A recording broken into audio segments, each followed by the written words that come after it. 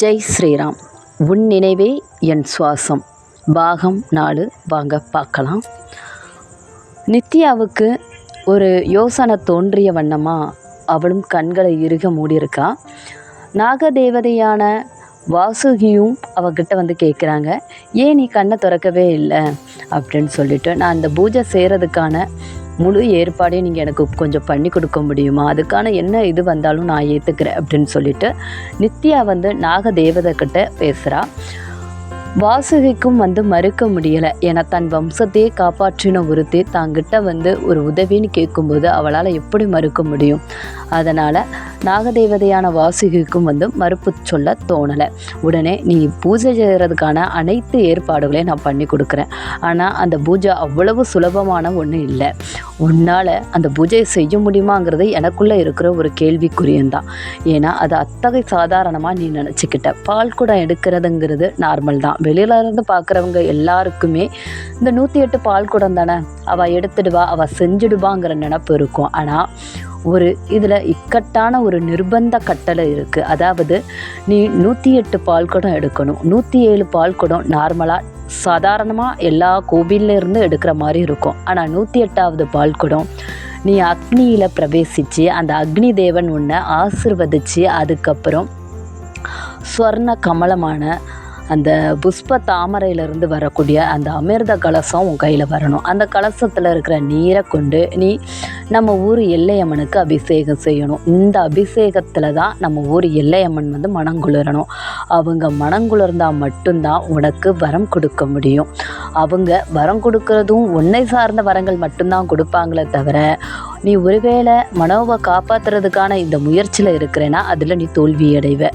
அதெல்லாம் போதாது, நான் அக்னியிலையும் பிரவேசிச்சிருவேன், எனக்கு நம்பிக்கை இருக்குது, தைரியம் இருக்குது, இந்த கலச பூஜையை நான் செஞ்சிருவேன்னு சொன்னால் உனக்கான 108 கலசங்களையும் நான் எடுத்து வைக்கிறேன்.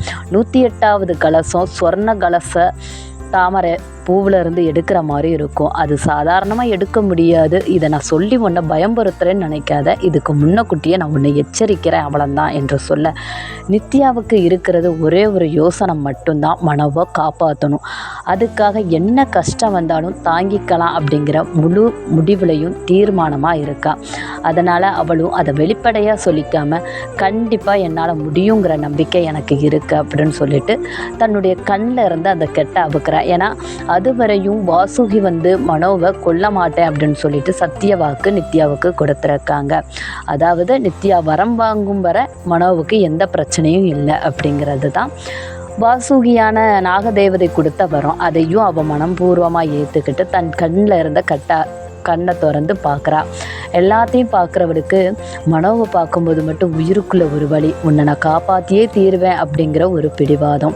எல்லாத்தையும் சரியாக செஞ்சவ இதையும் சரியாக செஞ்சிடுவாளாங்கிற பயம் மனோவின் அம்மாவுக்கு.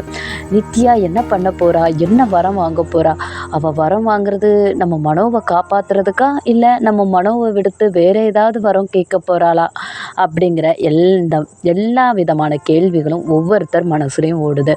மனோவை சார்ந்த குடும்பத்துகளுக்கு மட்டும் இந்த கேள்வி ஓடலை, நித்யாவை சார்ந்த குடும்பங்களுக்கும் இந்த கேள்வி ஓட ஆரம்பிக்குது. ஏன்னா நித்யா வந்து இங்கே கொஞ்ச நேரத்துலேயே நித்யாவோட குடும்பங்களும் இங்கே வந்து சேர்ந்துட்டாங்க. நித்யாவோட குடும்பத்துலேயும் இவ என்ன பண்ண போகிறா அப்படிங்கிற கேள்விக்குறி மட்டும் இல்லை, இவ எதுக்கு இப்போ இதெல்லாம் செஞ்சுக்கிட்டு இருக்கா, ஒன்றுமே புரியலையே, பைத்தியம் எதுவும் பிடிச்சிடுச்சா, எதுக்காக இது அப்படிங்கிற கேள்வி தான் நித்யாவோட குடும்பத்தில் எல்லாருக்குமே இருக்குது. நித்யாவை கிட்ட வந்து கேட்கவும் நித்யா எதுவுமே யாருக்குமே சொல்ல பதில் சொல்கிறதுக்கு கூட அவளுக்கு நேரம் இல்லை. நாகதேவதையான வாசுகி அம்மாவும், நீ பூஜைக்கு தேவையான அனைத்து விஷயங்களையும் நான் தயார் பண்ணி வச்சிட்டேம்மா, நீ பூஜையை ஆரம்பிக்கலாம் அப்படின்னு சொல்ல, நம்ம ஊர் எல்லையம்மன் கோவிலுக்கு சிவபெருமான் கோவிலில் இருந்து தான் 108 பால் குடமும் எடுத்துகிட்டு போவாங்க. அதே போல் 108 பால் குடங்களை அவள் அபிஷேகம் பண்ணணும். 108வது குடத்தில் அவள் அக்னி பிரவேசம் பண்ணி அந்த அக்னியில் அந்த தீர்த்தம் மாறணும். அதாவது அவள் கையில் இருக்கிற சொர்ண கமல அமிர்த கலசம்னு ஒன்று வரும். அதாவது அவளுக்கு தங்க தாமரையில் ஒரு அமிர்த கலசம் வந்து உருவாகணும். அந்த கலசம் தான் 108வது கலசம். அந்த கலசத்தில் தான் ஊர் எல்லையம்மனான அந்த அம்மன் மனங்குளிரணும். அது மனங்குளிர்ந்தால் மட்டும்தான் நித்யாவால் வர வாங்க முடியும். அதுலேயும் இல்லை இன்னொரு மிகப்பெரிய சோதனை என்னென்னா, நித்யாவை சார்ந்த வரம் மட்டும்தான் வாங்க முடியும். மனோவை எந்த விதத்துலேயும் அவளால் காப்பாற்ற முடியாத ஒரு நிர்பந்தத்தில் தான் நித்யா இப்போ வரையும் இருக்கா. ஆனால் அவளுக்குள்ளே இருக்கிற ஒரே ஒரு நம்பிக்கை, அந்த நம்பிக்கையை அவள் பிடிச்சிட்டு எல்லாமே பண்ணுறதுக்கு தயாராகிட்டா. இந்த கலச பூஜையை நாளைக்கு பார்க்கலாம். நன்றி, வணக்கம்.